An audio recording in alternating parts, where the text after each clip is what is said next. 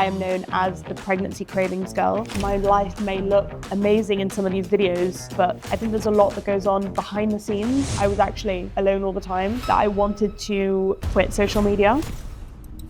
It was definitely a very uncertain time in my life. I think there are a lot of misconceptions around content creators. You cannot ask that question. I think it's very easy to believe everything you see online.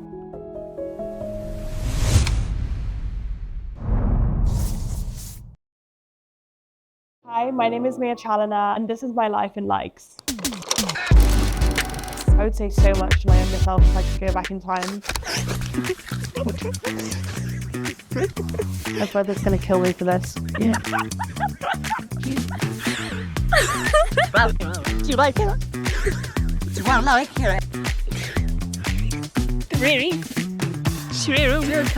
One. Like really? Three, two, one.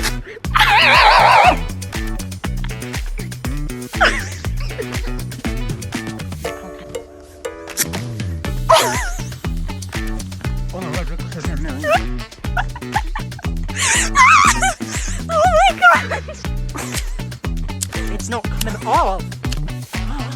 So that video was a video of me waxing my brother's leg randomly out of the blue. He was just chilling on his phone. I was my brother's biggest wind-up. I knew that stuff like that would get views, that would get attention. I knew he would have a dramatic reaction. So I'm pretty sure that was during lockdown as well. That video was taken during lockdown. So quite bored, wanted something fun to do.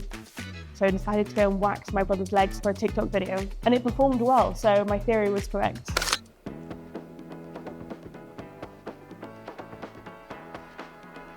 What a throwback.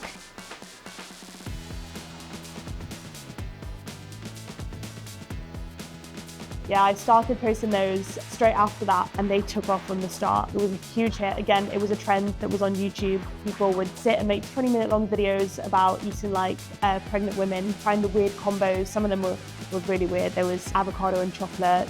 I'm pretty sure I tried like toothpaste and apple at some point. Really, really weird, strange things. Still to this day, I am known as the pregnancy cravings girl. A crazy time because those videos also backed up a lot of engagement as well and definitely helped like boost my following what it's at to this day. I was on the Daily Mail. Out of all these pregnancy cravings, I'm not a picky eater. One of my favorites was tuna and ice cream. I absolutely love the combo and I discovered it from doing this series. And same thing with the mayonnaise and the peanut butter. It was not too bad. I would have gladly had some tuna and ice cream right now, to be honest.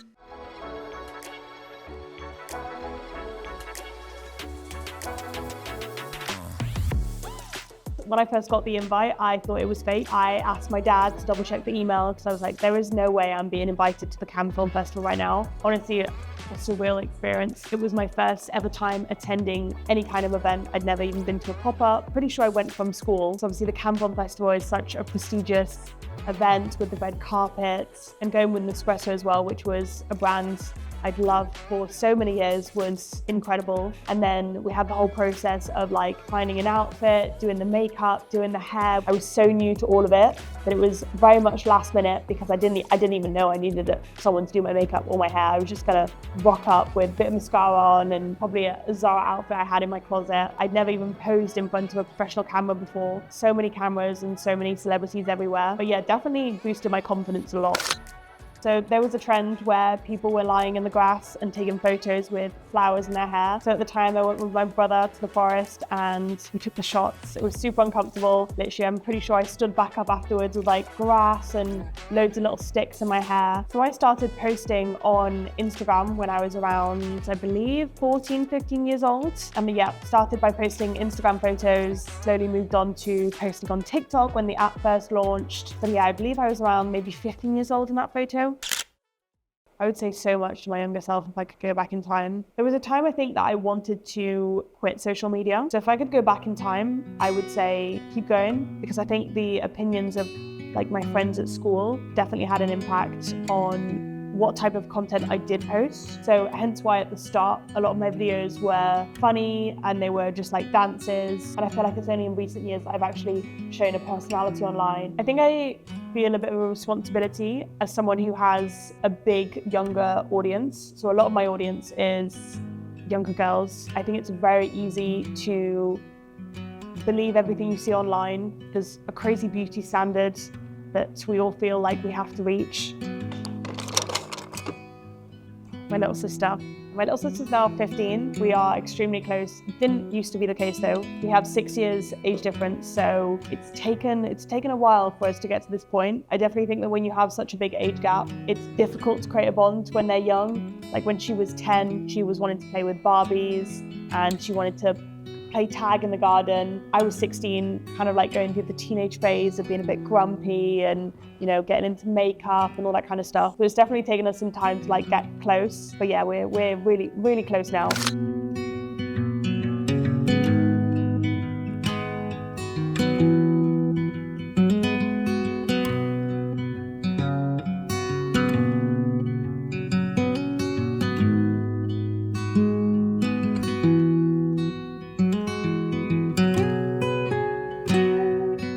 Balancing social media and school was a struggle. At the start, it was quite easy because it wasn't really a career. I wasn't really earning money from it, so I was just posting for fun. And then when I started to, you know, earn money from it and it became a job, it became a bit more tricky to balance the two. This was during my exam. So in France, we do the Baccalauréat International, and that's what I was studying for there. So it was very long hours. I would be studying from like 7 a.m. to 10 p.m. at night. And I really enjoyed actually making the content because it was kind of like an outlet for me to like be creative and get my mind off of schoolwork and all that kind of stuff. So yeah, it was a challenge, but I love the busyness of like balancing the social media. I think there are a lot of misconceptions around content creators, one of them being that it's not a real job. I think there's a lot that goes on behind the scenes that you don't necessarily see or hear about. Yeah, I think you have to be very creative. Personally, I feel like I'm constantly wired to it.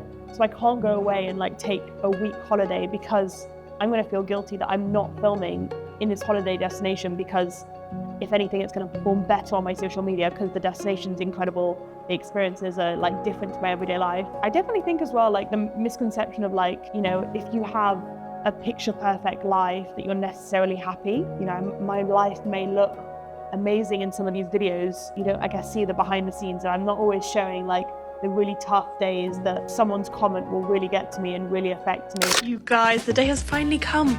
I no longer have to live out of a suitcase because I now have my own apartment. This morning, bright and early, I went to sign all the documents and pick up my keys and obviously see my apartment. Yeah, I was extremely nervous about living alone at first, but yeah, I quickly got into the swing of it. So when I decided to move from France to the UK, I chose Manchester because at the time my brother was studying at university there. I felt like I needed to be close to family, needed to be close to someone that felt like home. Moving away and moving countries at that age was pretty big. I remember that when I moved into that first flat, it was the first time I ever did my own washing. I didn't know how to use a washing machine before that. So I remember ringing my mum up on the phone the day I moved in, asking her how to turn it on, how to put my first wash load in. I remember then I felt extremely overwhelmed. It was definitely a very uncertain time in my life.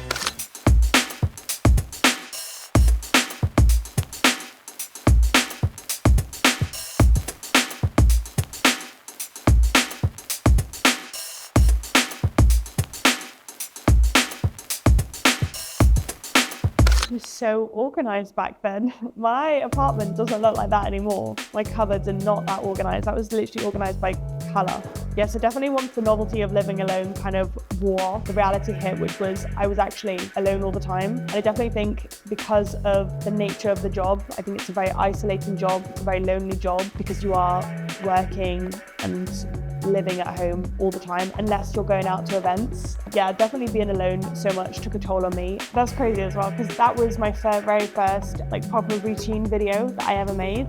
Oh yeah, that was so exciting. It was hell to get the flat. I visited so many moldy apartments. So many of them had mold in the cupboards. The carpets hadn't been cleaned in like 20 years. The flat I'm currently in now was not the area I necessarily wanted to live in. I explored kind of like everywhere around London, but I think it was definitely like a sign that I was meant to live there. It ended up being perfect. It had just been renovated. No mold, no issues, no problems. Yeah, it's been 10 months now of living in London, which is fun. I still feel like a tourist.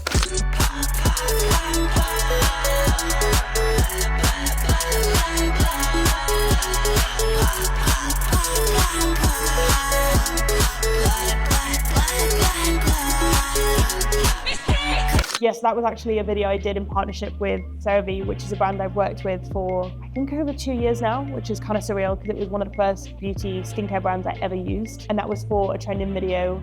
It's a trend where you say you're 5 minutes away and actually you haven't even started getting ready, which is pretty accurate for me actually, to be fair. Just always blame it on the tube.